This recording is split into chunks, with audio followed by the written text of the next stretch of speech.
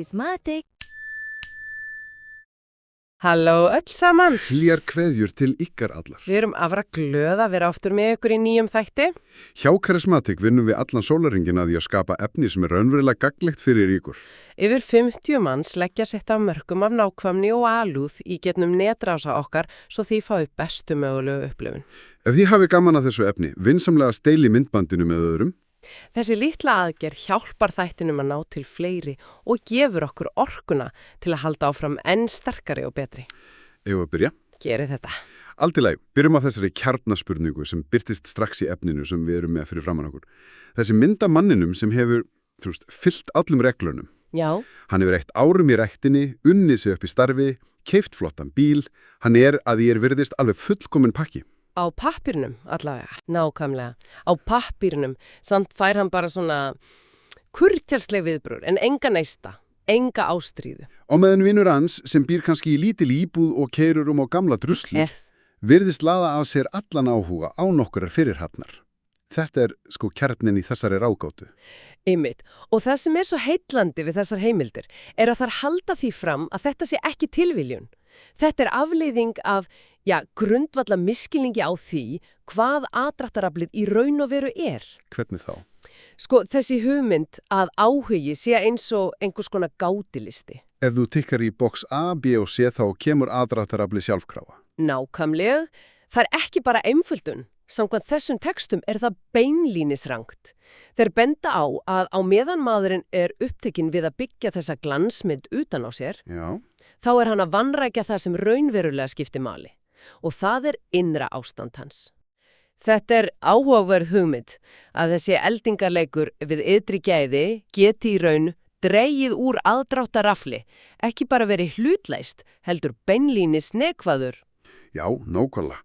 Og rökstuðningurinn er sá að þessi stanslausi eldingarleikur sendir frá sér ómeðvitað merki þörf. Þörf, já. Það er eins og segja, ég er ekki nóg eins og ég er, ég þarf þennan bíl, þessa vöðva, þessa stöðu til að vera verðugur athygli. Og konur, samkvæmt þessum kenningum, eru sérstaklega næmar fyrir þessari undirliggjandi orku. Einmitt. Það er laðast ekki af ferilskráni, það er laðast af manninum sjálfum. Þannig verða öll þessi ytri afrek eins og yfirklór á djúpstæðu óöryggi. Og það er þetta óöryggi sem þær finna fyrir, ekki velgengnina. Þú neglir það. Þetta leiðir okkur þau eina af kjarnahugtökunum sem birtist ítrekkað í efninu, þessi hugmyndum virðisramma. Þetta er svolítið ólustætt. Hvernig birtist þetta í raunverulegum samskiptum? Gott dæmi úr einni greininni lýsir nákvæmlega þessu. 2 menn er á kaffihúsi. Allt í lagi. Annar er augljóslega efnaður, vel klæddur, með dýrt úr, hinn er bara venjulegur. Ok. Þjónustustúlkan hellir óvart niður kaffi. Hún finni efnaður eru pirraður, kannski örlítið niðurlegandi. Hann bregst við út frá stöðu sinni, yfirburðum. Já, ég skil. Hinn venjulegi maður bregst við með ró, kannski með léttum brandara. Hann segir eitthvað eins og ekkert mál, svona kemur fyrir. Og í þessu litla augnablikki hefur hann sýnt svinnvirðisramma. Hann er ekki háður ytri aðstæðan til að líða vel. Hann er með sjálfan sig í jafnvægi. Hans virði kemur innanfrá. Og kona við næsta barð, hún tekur ekki eftir úrinu, hún tekur eftir þessari ró. Nákvæmlega. Þessi innri stöðuleiki er það sem er aðlaðandi. Þannig að virðisrammin snýst ekki hvað þú hefur, heldur hvernig þú ert. Það er orkan.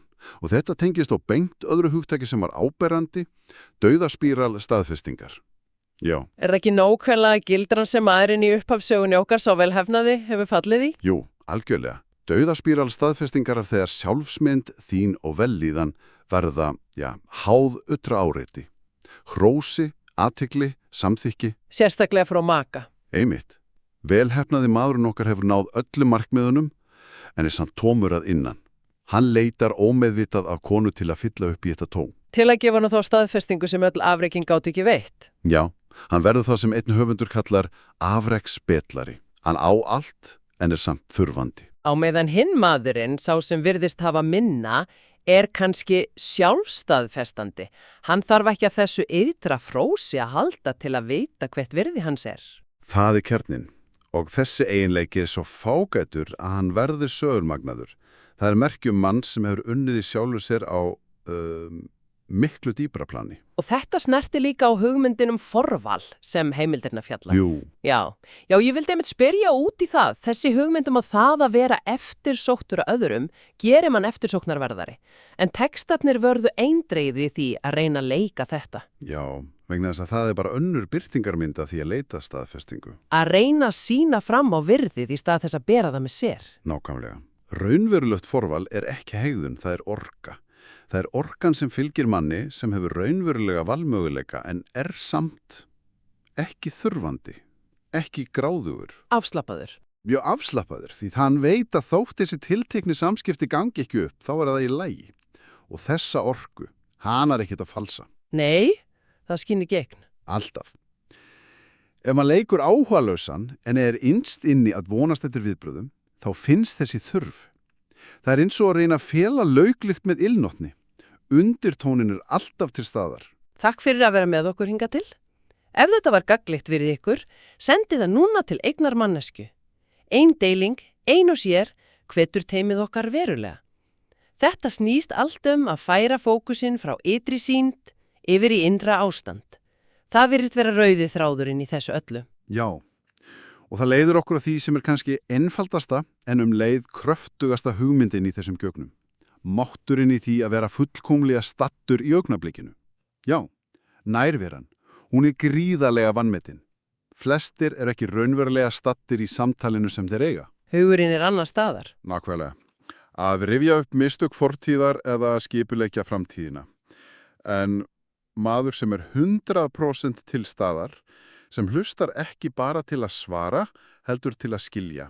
Til sem er óhræddur við þögn. Emmett, sem horfir í auguna manneskjuna á móti sér. Sá maður skapar ótrúlega sterka tengingu. Það er gjöf að veita ykkur óskipta athygli sína. Og það hlýtur að vera merki manns sem er í fríði með sjálfan sig. Hann þarf ekki að vera annars staðar í huganum. Hann er hér og nú. Og þessi nærvera er svo nátengt sjálfströsti. Já, og eitt af því sem stóð upp úr fyrir mér var greinamunurinn sem var gerður að tvenns konar sjálfströsti. Skilyrtu og óskilyrtu. Þetta er lykilatriði. Algjörlega. Skilyrt sjálfströst er það sem flestir elda. Þeir halda að þeir séu að elda sexpakka, stöðuhækun eða sportbíl. En þeir eru það í raun ekki? Nei. Samkvæmt einum höfundunum þá eru þeir í raun að elda tilfinninguna sjálfstraust sem þeir halda þessi ytri atriði munu veita þeim. Biðu nú við, þetta er öflugpæling. Þú ert ekki að sækjast eftir hlutnum sjálfum heldur tilfinningunni sem þú tengir við hlutin. Nákvæmlega. Og vandamálið er að þetta sjálfstraust er skilyrt. Það er brothætt. Leið þú missir vinnuna eða bílinn rispast, þá hverfur sjálfstraustið. Það hrýnur. Þú ert háður ytri stóðum. En óskilyrt sjálfstraust, það kemur innanfrá. Það er rótgróði í þeirri vissu að þú ert nóg. Nákvæmlega eins og þú ert í dag, með öllum þínum göllum. Og þess vegna getur maður án allra ytra glansmynda búið yfir óbífanlegu sjálfstrausti. Já, með að milljarðamæringur getur verið taugahrúga. Þegar við höfum núna rætt þessi innri ástand þá kafa nokkrar af heimildunum dýpra í kraftan á milli fólks. Þar kemur inn þessi hugmynd pólun og karl- og kvennorku. Já. Þetta getur auðvitað verið misskilið, svo við skulum fara varlega í hérna. Mjög mikilvægt að taka það fram strax. Eins og heimildirnar leggjur áherslu á, þá er hérna ekki verið að tala hefðbundin kynjahlutverk. Nei, alls ekki. Þetta eru lýsingar á tvenns konar orku sem býr innra með okkur öllum, körlum og konum. Karlorkan er lýst sem orku stöðuleika, stefnu, nærveru. Eins og klettur í ólgu sjó. Góðu samlegging, eða tré með djúpa rætur. Kvennorkan er aftur á móti lýst sem orku flæðis, tilfinninga, sköpunar.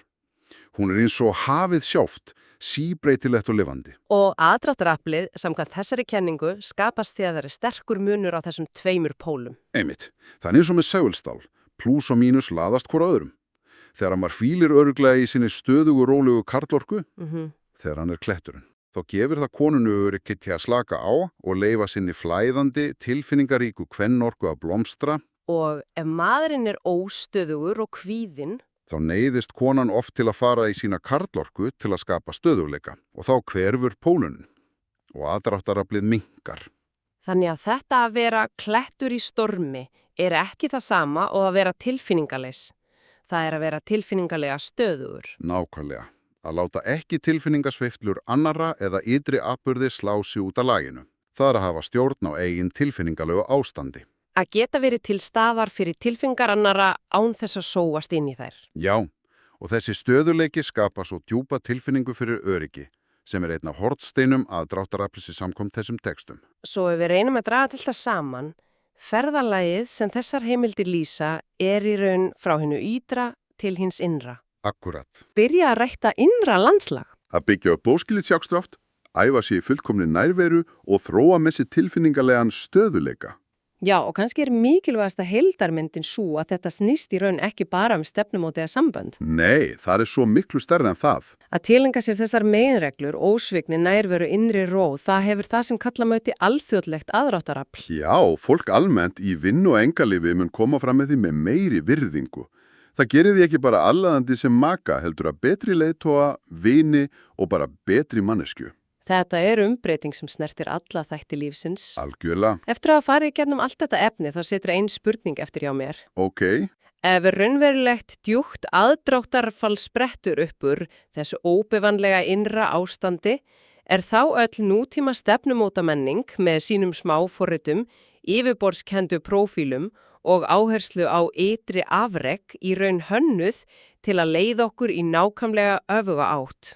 Takk fyrir að vera með okkur til enda. Ef þessi þáttur hjálpaði ykkur, endilega setjið like, skiljið eftir stutt athugasemd og deilið honum með einhverjum sem gæti haft ánægju af honum. Hver deiling hjálpar fleirum að finna okkur. Og ekki gleyma að vera áfram áskrifandi að karismatík, það besta er enn framundan. Sjáumst í næsta þætti, haldið áfram að vera karismatík. Charismatic.